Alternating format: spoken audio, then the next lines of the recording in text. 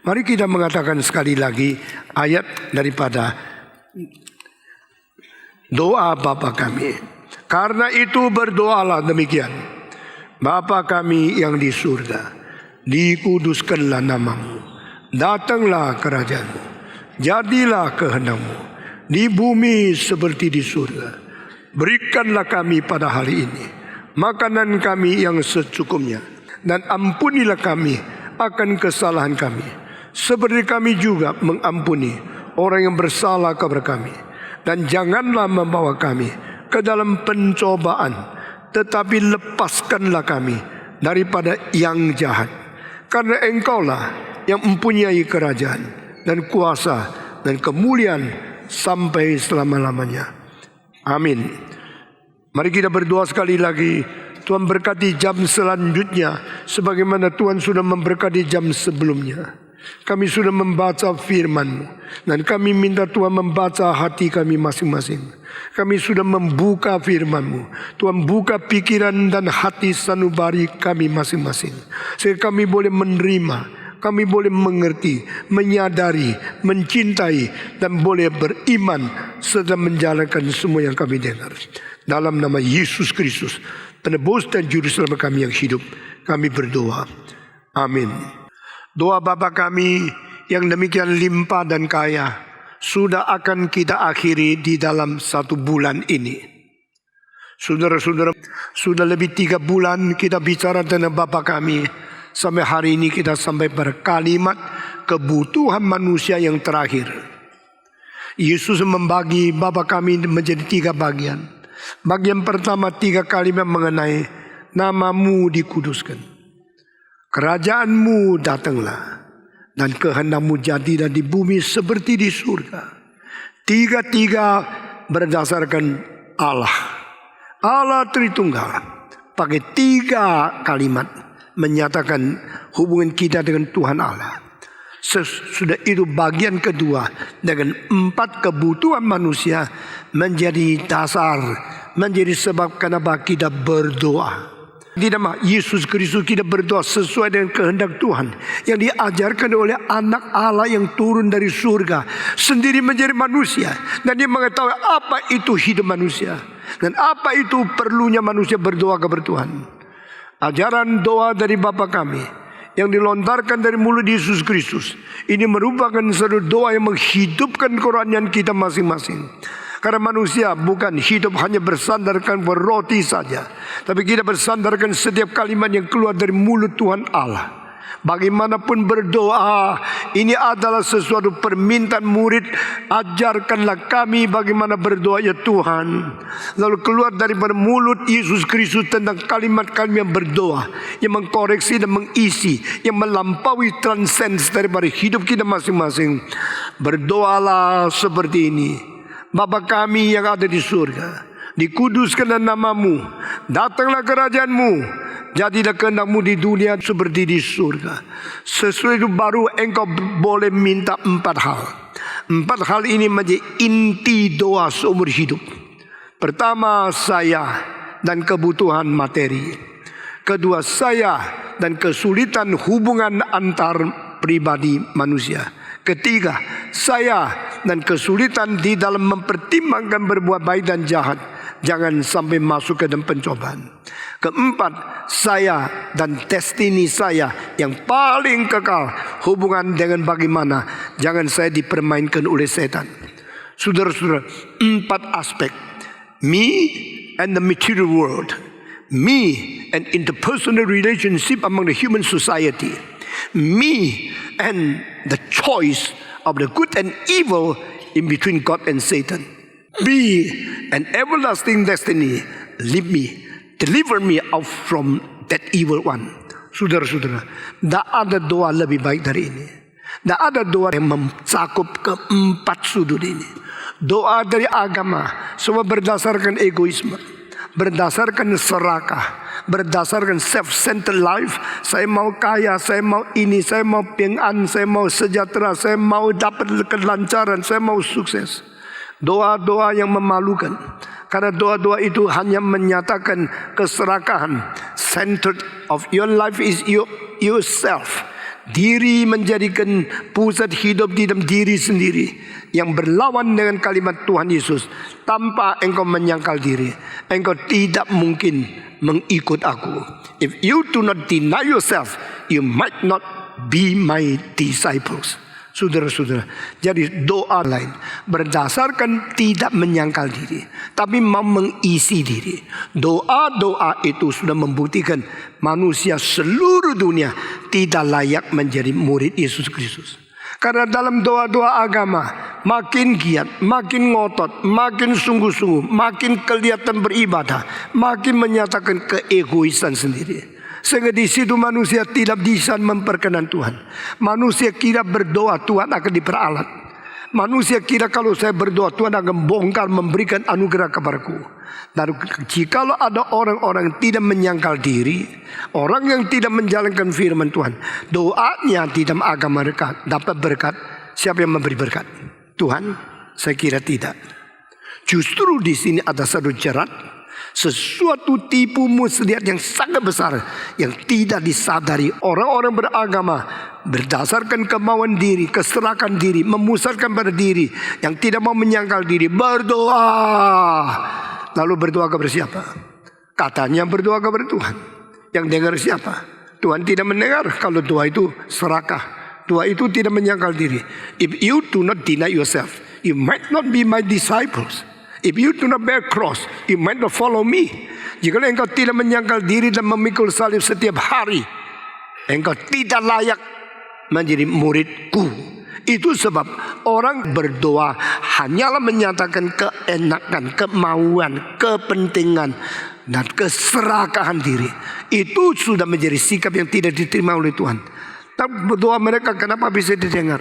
Kenapa minta anak dikasih anak, minta berkat dikasih berkat, minta itu segala kekayaan dikasih kekayaan? Bukankah dewa mereka memberikan kepada mereka? Ingat kalimat daripada pasal 1 di dalam Yakobus, semua berkat yang indah dan bajik berasal daripada Bapa, daripada segala cahaya. All the grace and of givings is from God, the Father of all lights. Tuhan yang menjadi sumber daripada segala cahaya. Dia memberi berkat yang baik. Sehingga engkau berdoa minta anak kepada gunung, engkau dapat anak. Anak itu dari Tuhan Allah, bukan dari gunung. Engkau minta kekayaan kepada dukun, akhirnya engkau kaya. Itu kekayaan bukan dari berdukun, itu dari Tuhan Allah. Tetapi juga ada kekayaan yang engkau minta kepada dukun, dukun berikan kepada engkau. Kalau begini engkau bilang, kalau begini bukankah ada juga anugerah yang bukan dari Tuhan? Mungkin juga anugerah kekayaan, kelancaran, kesuksesan, kemakmuran dari setan. Kesuksesan yang baik dari Tuhan, kesuksesan yang tidak baik dari setan. Kekayaan yang bersih dengan cara benar engkau berdagang dari Tuhan. Kekayaan melalui tipu muslihat, kekayaan itu dari setan. Jadi hanyalah orang Kristen bisa membedakan dengan jelas sumbernya apa, sifatnya apa, mendapat berkat dari mana. Kalau engkau tidak bisa membedakan semua ini, engkau langsung masuk ke dalam pencobaan. Engkau langsung masuk di dalam jerat iblis. Itu sebab setelah Yesus mengajar, berdoalah, jangan memimpin kami masuk ke dalam pencobaan. Disambung dengan satu kalimat, tetapi lepaskan kami dari si jahat itu. Saudara-saudara, pada waktu seorang berdoa kepada satu dewa, atau satu ilah, atau satu patung, satu berhala, dia selalu menyatakan apa yang dia mau berdasarkan egoisme daripada orang berdosa itu sendiri. Lalu kadang-kadang mendapatkan imbalan, diberikan sesuatu yang minta, betul-betul dinikmati oleh dia. Lalu dia pikir dewa itu asli adanya. Ini sudah menjadi jatuh di dalam tipu muslihat dari si jahat itu. Saudara-saudara, karena engkau mintanya adalah untuk dirimu, engkau mintanya adalah kekayaan dari berdunia, engkau tidak minta kehendak Tuhan terjadi, tidak minta rencana Tuhan tergenap, tidak minta kesucian Tuhan dinyatakan, tidak minta kemuliaan Tuhan yang dinikmati oleh Tuhan sendiri. Engkau minta untuk dirimu. Lalu engkau tidak bisa membedakan siapa si bajik, siapa si jahat. Who is the good one? Who is the evil one? Engkau tidak mungkin membedakan. Itu sebab marang siapa yang mintanya kebajikan dan keuntungan untuk sendiri, dia sudah jatuh diam cerat dari bersih jahat itu. Seorang Perdana Menteri yang namanya Wei Zhongxian di dalam sejarah Tiongkok, satu hari dipanggil oleh Kaisar. Nah, Kaisar tanya, Wei Zhongxian, silakan bicara sama saya. Apa definisi orang baik dan orang jahat? Wei Zhongxian langsung menjawab. Dia kira dia pintar. Gampang sekali. Sri Baginda. Orang yang baik, yaitu yang baik kepada saya. Orang yang jahat, yaitu yang jahat kepada saya. Barang siapa memberkati saya, barang siapa menguntungkan saya, itu orang baik. Barang siapa merugikan saya, barang siapa melawan kehendak saya, itu orang jahat. Jadi baik dan jahat diukur melalui saya punya keuntungan atau saya punya kerugian. Saudara-saudara, setuju tidak? Jawab, setuju tidak? Kalau seorang anak kecil yang tidak mau sekolah, dia malas akhirnya turun kelas, dipukul oleh ayahnya. Setelah pukul dia nangis keluar. Di luar seorang penculik anak kasih coklat, kasih makanan enak, lalu dibawa. Anak itu akan mengetahui papa yang tidak baik kepada dia. Penculik itu yang baik kepada dia. Betul tidak? Kalau dia pakai ini filsafat dari Wei Zhongxian, dia mengatakan, I know who is good and who is not good. The one who give me chocolate, the one who treat me so well is a good man. My father beat me. My father is a bad man. Lalu dia akan masuk ke dalam penilaian yang salah. Dan penilaian yang salah ini tidak dirasakan. Karena dia hanya bersandar kepada fenomena dengan mengisi kebutuhan daripada perasaan dia sendiri. You baik sama saya, pasti you orang baik dong. Kalau you jahat saya, pasti you orang jahat. Tapi orang yang berbijaksana bisa membedakan. Yang pukul saya cinta saya, yang memberi coklat kepada saya penculik saya, yang menculik saya itu hatinya jahat, yang memukul ini hatinya baik. Ini tidak gampang. Terlalu banyak orang sangat tergantung bagaimana perasaan dia dihadapi oleh orang lain, khususnya perempuan. Itu akhirnya dia masuk ke dalam jerat setan yang dia tidak sadar. Karena yang baik kepada saya itu orang yang lembut sama saya, baik sama saya, yang keras sama saya, yang sangat tegas kepada saya. Bagaimana bisa omong dia baik? Dia sikapnya sudah begitu jelek. Saudara-saudara sekalian, Tuhan adalah Tuhan yang memukul, yang menghajar, memberi ganjaran, yang melatih, kadang-kadang mengizinkan kepahitan, kesulitan dan sengsara kepada umatnya. Tetapi Tuhan berkata, aku tidak pernah berniat jahat kepadamu. Aku mempunyai niat kebajikan untuk mencintai engkau, melatih engkau, menguji engkau, membuat engkau dilengkapi dan disempurnakan. Tahukah engkau, kebaikan Tuhan tidak bisa diukur kalau dia menghajar engkau? Tahukah engkau, kejahatan setan tidak boleh engkau ditipu karena dia baik kepada engkau? Pada waktu Yesus Kristus diberikan seluruh dunia dan semua kekayaan kemudian aku berikan kepada engkau. Saat itu kalau Yesus memang adalah mau senang, mau kaya, mau dapat berkat, dia akan mengatakan inilah yang paling baik kepadaku. Allah suruh saya naik kayu salib. Allah begitu kejam, mengutus saya lahirnya di palungan, matinya di atas kayu salib. Allah jahat. Setan begitu baik, kasih saya segala kemuliaan, segala kekuasaan. Ini yang baik, itu yang jahat. Yesus Kristus tidak terjebak salah nilai seperti itu. Dan dia mengatakan dengan kalimat, nyala engkau. Karena dia tahu setan itu jahat adanya. Saudara-saudara, kalimat terakhir ini penting sekali. Kalimat terakhir di dalam doa, minta Allah membantu kita di dalam 4 urusan yang paling penting ini. Ini paling belakang yang paling besar, yaitu how to deliver us from the power of the evil one. Bagaimanakah engkau melepaskan aku keluar daripada si jahat itu?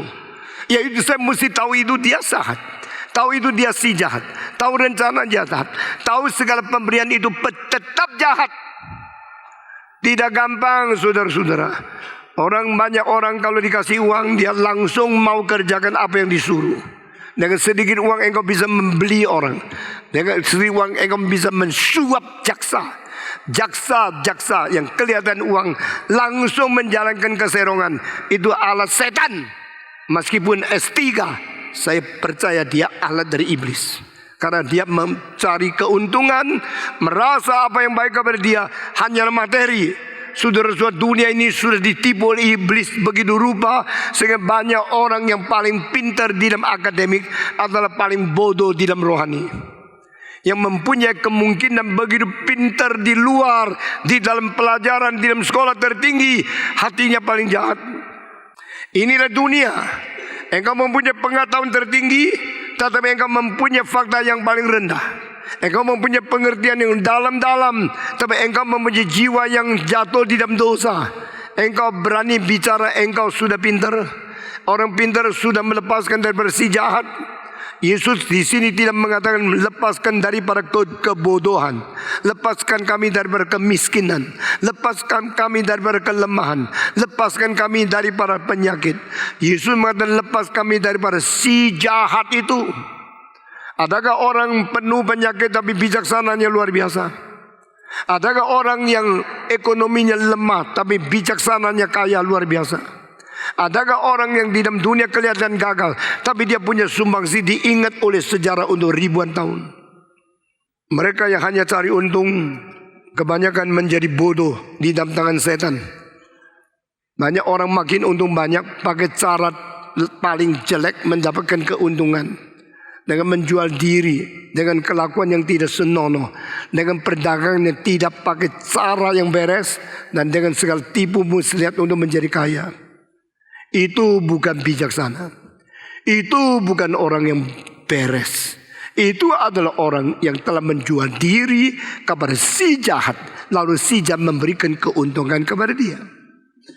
Di Jerman ada satu cerita, namanya Dr. Faustus. Faustus adalah seorang dokter yang kepingin kaya sekali, tetapi dia tidak kaya. Maka dia terus minta kaya. Siapa saja yang bisa memberikan kekayaan, saya akan ikut dia. Siapa saja yang bisa membuat aku kaya, saya ikut dia. Satu malam yang disebut siapa saja itu, datanglah setan. Setan malam-malam berkata sama dia, engkau ingin kaya? Aku ingin kaya. Aku sudah lama ingin kaya. Saya memberikan kepadamu. Sama seperti setan memanggil Yesus Kristus dan bawa dia ke padang belantara. Dan sesuai dengan melihatkan segala sesuatu dari gunung yang tertinggi, kemudian daripada semua kerajaan di dunia. Sembahlah aku satu kali, saya memberikan ini kepadamu. Faustus lalu dia mau berkata-kata sama setan, benar engkau bisa memberikan kekayaan kepadaku? Bisa. Di dalam waktu berapa puluh tahun, saya janji engkau menjadi orang paling kaya. Kaya luar biasa. Tetapi ada syaratnya. Apa syaratnya? Engkau punya jiwa dimiliki oleh saya, boleh? Saya memberi kekayaan kepadamu, engkau memberikan jiwamu kepadaku. Oke, apa sih jiwa? Saya tidak percaya manusia ada jiwa. Saya cuma percaya paling penting uang. Saya percaya di dunia perlu materi. Jiwa, tidak peduli. Kekal, tidak kekal, tidak bisa percaya. Ada Tuhan, tidak Tuhan, saya tidak lihat. Pokoknya itu tidak ada. Yang penting kaya. Saya mengatakan, okay, from this day on, I give you all the wealthy. All the wealth I will give you. And after 20 some years, you will die and your soul will be mine. Dr. Faustus langsung janji, saya tidak peduli kerohanian, saya tidak peduli kekekalan, saya tidak peduli adanya jiwa, saya tidak peduli adanya neraka, adanya surga. Pokoknya saya peduli bisa cepat kaya di dunia. Lalu sesudah janji selesai, mulai hari itu dia hidup enak, makin lama makin kaya, makin lama makin kaya. Sampai satu hari waktu sudah sampai, janji itu batasnya sudah akhir. Setan datang dan mengejar dia. Akhirnya dia jiwanya jatuh di tangan iblis. Cerita yang begitu indah ini memberikan peringatan kepada orang-orang Eropa. Saya herannya, kenapa Eropa banyak orang yang pintar sekali tidak mau kaya. Kerjanya sederhana, tapi agung luar biasa. Di Asia semua orang tidak mau anaknya jadi pendeta. Karena jadi pendeta tidak bisa kaya. Banyak orang kaya tidak pernah menyerahkan anaknya menjadi hamba Tuhan. Engkau hanya mau anakmu kaya seperti kamu. Akhirnya banyak orang miskin anaknya jadi hamba Tuhan. Saya sangat sedih, termasuk gereja ini. Saudara-saudara, apa itu mutu? Apa itu nilai? Bukan dinilai daripada keuangan, nilai daripada harta. Kalau saya mau harta, saya tidak menjadi pendeta. Kalau saya tidak menjadi pendeta, saya tidak mungkin menjadi orang miskin. Saya tidak katakan saya pasti orang kaya luar biasa. Saudara melihat sendiri, saya bisa membangun gereja gini, tidak usah belajar arsitektur. Saya bisa bangun konsol yang dipuji di luar negeri, di Eropa mereka heboh. Bukan karena saya lulus daripada sekolah yang tinggi. Saya tidak pernah pakai 1 rupiah sekolah di Amerika. Saya dirikan Institute Reform di Amerika dan mendapatkan murid ratusan orang di dalam 10 tahun. Saudara-saudara sekalian, saya bukan orang pintar, tapi saya percaya kalau saya tidak menjadi pendeta, saya tidak akan menjadi orang terlalu miskin. Namun demikian bagi saya, nilai yang tertinggi ditetapkan oleh Tuhan, bukan ditetapkan oleh manusia. Dr. Faustus akhirnya mati, dilempar ke dalam neraka, tapi dia pernah kaya berapa puluh tahun. Cerita-cerita ini mempunyai nilai sastra yang tertinggi dalam sejarah. Nilai moral, nilai rohani yang tertinggi dalam sejarah. Dan di dalam semua musikus yang terkenal, mereka suka memakai cerita Faustus untuk membuat sesuatu karya musik yang agung. Saudara-saudara, lepaskanlah kami dari si jahat. Ini doa kalimat keempat atau kalimat terakhir mengenai kesulitan manusia hidup di dalam dunia. Deliver us God out from that evil one. Lepaskan kami daripada si jahat itu. Saudara-saudara tahu tidak ada yang namanya si jahat. Saudara tahu tidak si jahat itu tidak diam. Saudara tahu tidak bagaimana engkau pintar, dia lebih pintar daripada kamu. Saudara tahu tidak engkau mempunyai pengalaman berpuluh-puluh tahun menjadi orang luar biasa pintarnya. Dia mempunyai pengalaman beribu-ribu tahun jauh lebih pintar dari engkau. Mengapa banyak pemuda-pemudi yang inteleknya tinggi akhirnya gagal? Kenapa banyak orang ganteng sehat sekali akhirnya menjadi AIDS? Kenapa banyak orang yang narkoba akhirnya mati karena racun seluruh badan? Karena mereka mempunyai kepintaran di dalam studi, tidak mempunyai kepintaran di dalam melawan setan. Deliver us God from that evil one. Lepaskan kami dari si jahat itu. Ini doa kalimat terakhir permintaan manusia mengenai permasalahan manusia. Beri kepada aku makanan yang secukupnya pada hari ini. Secukupnya, tidak usah terlalu banyak. Dan ampuni dosa aku seperti aku telah mengampuni dosa orang bersalah kepadaku. Interpersonal relationship. Jangan memimpin saya masuk ke dalam pencobaan, karena setan itu mengganggu saya. Dan lepaskan aku dari si jahat itu, karena memang ada yang namanya si jahat menjadi musuh dari si bajik. Si bajik, si benar itu adalah Allah.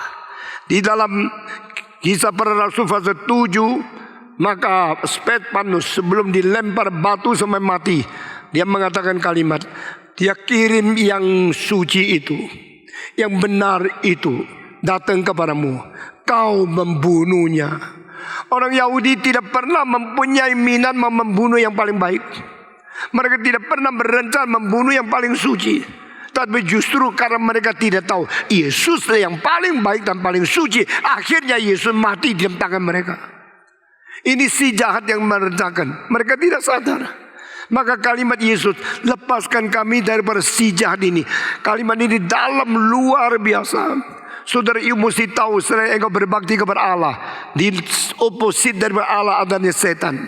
Si jahat menjadi penantang yang bajik. Si jahat menjadi pelawan kepada kehendak yang tertinggi.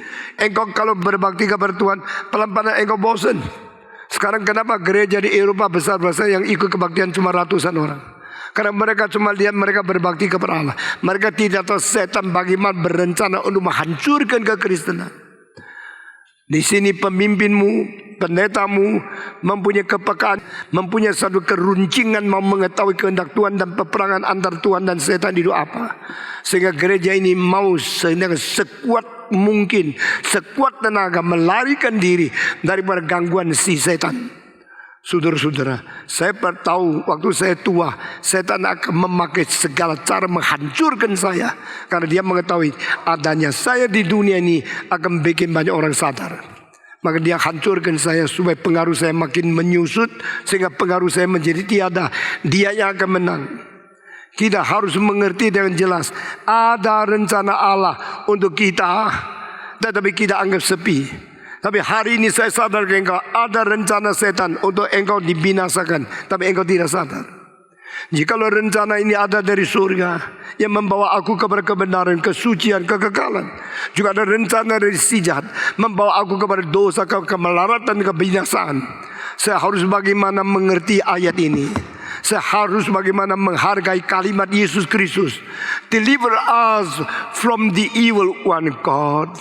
Allah, pimpinlah kami, lepaskan kami daripada si jahat itu. Saudara-saudara, kenapa engkau tidak mengerti ada si jahat? Kenapa engkau tidak mengerti ada rencana jahat? Kenapa engkau tidak mengerti ada strategi yang membawa engkau melalui kejahatan untuk binasa? Karena engkau terlalu ditipu oleh cara luar, cara lahiriah. Cara lahiriah supaya bisa kaya, supaya bisa cantik, supaya bisa lancar, supaya bisa makmur, supaya bisa sukses. Penipuan-penipuan ini selalu daripada gejala-gejala yang engkau anggap yang bernilai tetapi tidak bernilai. Penipuan selalu datang kepada engkau kalau engkau tertipu oleh fenomena-fenomena yang sebenarnya belakangnya ada siasat yang lain. Jika engkau cuma lihat luar, lihat hadiah, lihat fenomena, engkau begitu gampang ditipu oleh iblis. Si jahat tidak terlalu bodoh. Si jahat itu sangat pintar untuk menipu engkau, mengkelabui matamu, membuat hatimu senang, lalu engkau menjual diri kepada dia. Seperti Faustus, seperti Yudas, yang Yudas inginkan 30 keping perak, yang dia hilang jiwa yang selama-lamanya. Berapa bodoh menjual jiwa yang begitu berharga hanya karena melihat 30 keping perak itu penting. Kalau engkau mengetahui 30 keping perak itu hanya 30 keping di antara ratusan juta keping di dunia, apa itu? Tapi engkau mengetahui jiwamu yang mempunyai kegagalan hanya karena satu jiwa saja. Yesus pun mau turun untuk menyelamatkan engkau dengan dipaku di kayu salib. Why you do not value the valuable things? Why you overvalue those unvalued things? Saudara-saudara, mengapa engkau tidak menilai yang paling bernilai? Kenapa engkau telah mengangkat yang tidak bernilai menjadi nilai? Penilaian yang salah itu membuat manusia buta rohani. Penilaian yang salah itu membuat manusia ditipu begitu gampang dan akhirnya berada di menjerat si jahat. Lepaskan kami daripada si jahat ya Allah. Ini kalimat yang sebelum akhirnya seluruh doa Bapa kami menjadi puncak doa. Deliver us from the evil one, God. This is climax of my prayer. Aku berdoa supaya engkau melepaskan aku. Engkau membebaskan aku. Engkau memimpin aku. Jangan masuk di dalam tangan si jahat itu. Ya Allah, pimpin aku. Kenapa kita menjual diri? Kenapa kita melihat yang tidak penting-penting? Kenapa lihat penting tidak penting? Saudara, cerita-cerita di dalam sastra-sastra yang penting di dunia sudah menyatakan. Kenapa cerita Aladin dan lampu Aladin begitu terkenal di seluruh dunia? Karena di situ mempunyai suatu pengajaran yang bernilai dibuang, yang tidak pernah diambil, yang bernilai itu tua, kelihatan jelek, kuno, kotor. Ya sudah buang aja, ganti lampu yang begitu cemerlang, begitu mentereng, begitu mengkilat. Ini baru, ini bagus. Saudara-saudara, setan sangat pintar untuk membuat yang palsu kelihatan begitu indah. Dan engkau tidak menghargai yang berharga. Engkau tidak tahu harganya di mana. Dijual. Saudara-saudara, ada satu orang punya 2 antik porcelain Chinese. Dia belinya cuma 2 juta. Lalu akhirnya ditawar orang 80 juta. Dia kesenangan langsung jual. Wah, saya untung 40 kali. Saya 2 juta, saya belinya 2 juta. Sekarang dibeli 80 juta. Dia sudah senang luar biasa. 3 hari kemudian orang yang beli itu jual 2 miliar. Dia menyesal seumur hidup tak habis-habis. Wah, cilaka. Untuk 80 juta saya jual 2 barang yang bisa laku bermiliar-miliar. Kenapa saya jual? Dia mulai menyesal. Bisa bawa kembali lagi enggak? Enggak bisa. Kenapa? Sudah tukar. Uang sudah kamu ambil. Penilaian sudah kamu tetapkan sendiri. Karena kamu belinya murah, engkau kira itu barang murah. Tetapi setelah dunia mengetahui itu barang mahal, dan engkau yang sudah dapat uang sudah senang. Senangnya cuma 2 hari. Setelah 2 hari engkau nyesel, dah habis. Kenapa saya jual sampai mati? Saudara-saudara, ini semua seperti lampu Aladin, seperti cerita antik dan sebagainya. Ini cuma sesuatu pikiran kepada engkau. Why you become so stupid? Kenapa engkau tidak penilaian dan tidak mempunyai bijaksana? Menjadi orang Kristen bukan mau mendapat berkat. Menjadi orang Kristen bukan mau mendapat kaya. Tuhan berkati saya supaya ada anak, supaya umur panjang. Itu doa-doa permintaan orang-orang kafir. Tapi menjadi orang Kristen bukan minta itu. Dan engkau menanya, Pak Tong, menjadi Kristen minta apa? Minta bijaksana dari Tuhan untuk penilaian. Minta bijaksana dari Tuhan untuk melihat penipuan. Di mana ada penipuan, di mana penilaian salah, di mana tipu muslihat dari setan, di mana rencana-rencana yang jelek. Si jahat itu mau apa? Engkau tahu. Saudara-saudara, herannya gereja-gereja yang dibantu terus dari luar negeri tidak maju-maju. Herannya gereja yang sudah ratus tahun, kalau tulis sejarah berapa lama, berapa hebat herititas kita begitu mulia, tidak berkembang. Dari 25 tahun yang lalu, dari nol kita mulai gereja ini. Sekarang 1 tahun boleh berkhotbah kepada jutaan manusia. Kenapa? We know what is the will of God. We know whom should we follow. We know what is the true value of the evaluation. Saudara-saudara, how to estimate, how to evaluate, how to have the true esteem. That is the bijaksana dari Tuhan.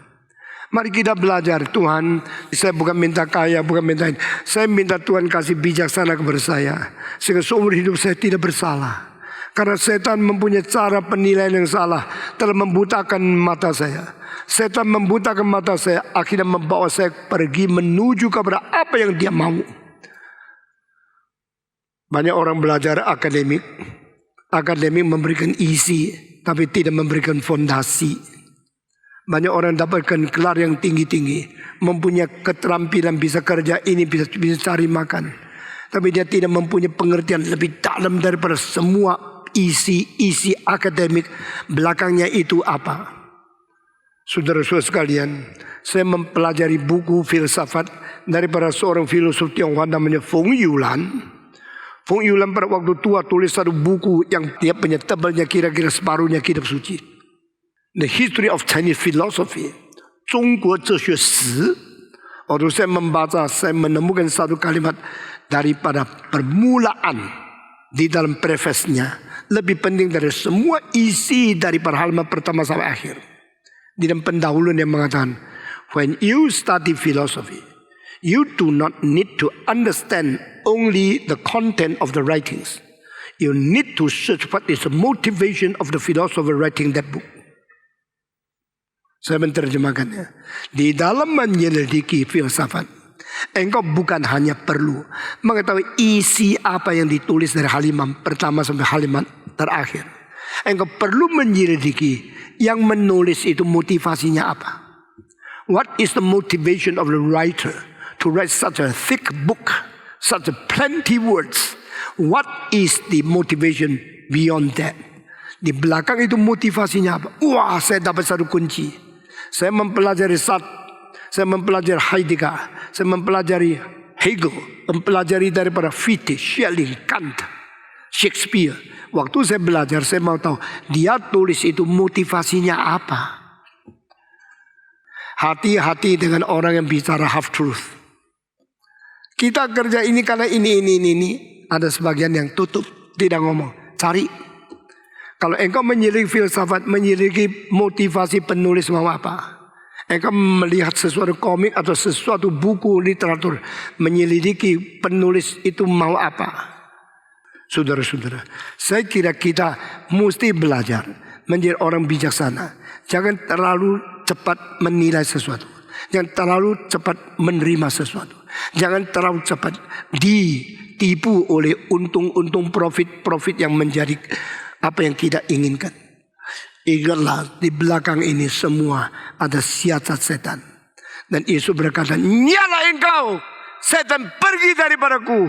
Dia sama sekali tidak mau berunding, tidak mau diskusi, bahkan tidak mau mengetahui berapa banyak uang akan diterima, berapa banyak negara dan kekayaan akan diberikan kepada Yesus Kristus. Be gone you. Dan Yesus yang seperti ini baru berhak mengajar doa seperti doa Bapa kami.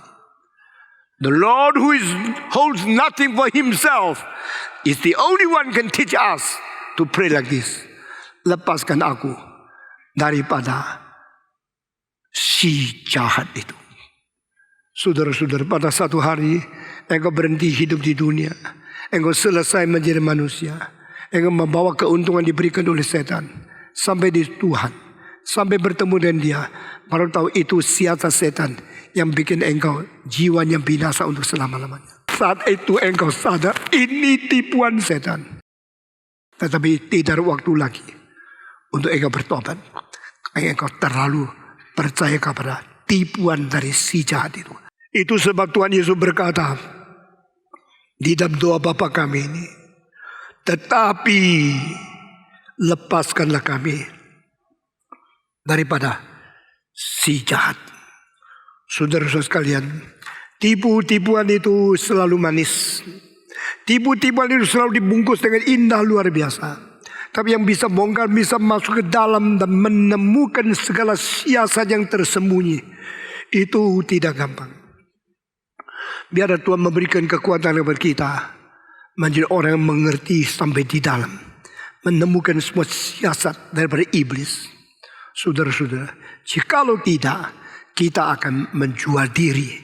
Kita akan mensamar-samarkan, mencampur aduk yang baik dan jahat menjadi satu. Tuhan memberkati kita. Hari ini saya berkhotbah sampai di sini saja. Biar semua yang kita dengar menjadi kekuatan bagi kita untuk menjadi orang yang dipersiapkan di hadapan Tuhan, menjadi anak yang berguna di dalam tangan Tuhan. Mari kita berdoa. Bapa di dalam surga, kami berterima kasih pada hari ini Engkau sekali lagi memanggil, mengumpulkan kami di hadapan-Mu dan memberikan kepada kami pengertian tentang apakah artinya doa Bapa kami yang begitu dalam, yang begitu penting, yang begitu serius, yang Tuhan Yesus telah mengajarkan kami. Sekali lagi kami berdoa, berilah kepada kami makanan yang kami perlu hari ini. Sekali lagi kami berdoa, ampunilah dosa kami sebagai kemana kami sudah mengampuni orang yang berdosa kepada kami. Sekali lagi berdoa, kiranya Tuhan jangan membawa kami masuk ke dalam pencobaan. Dan sekali lagi kami berdoa kepada-Mu, beri kekuatan kepada kami, bijaksana kepada kami, sehingga kami boleh melihat apa siasat si jahat. Dan lepaskanlah kami daripada tangan si jahat itu. Terima doa kami yang kami panjatkan dalam nama Yesus Kristus, penebus dan juru selamat kami yang hidup. Amin.